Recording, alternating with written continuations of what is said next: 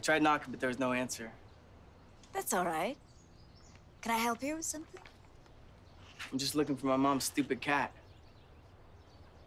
Have you seen him? Can't say that I have. Oh, okay. Sorry to bother you, Mrs. Connors. Mrs. Connors sounds so formal. Call me Eve. Oh. All right. You know, the time when I was your age doesn't seem so far away to me. Well, I should probably look for my mom's cat. Phil, would you like to have dinner with us tonight? I'm making crab thermidor.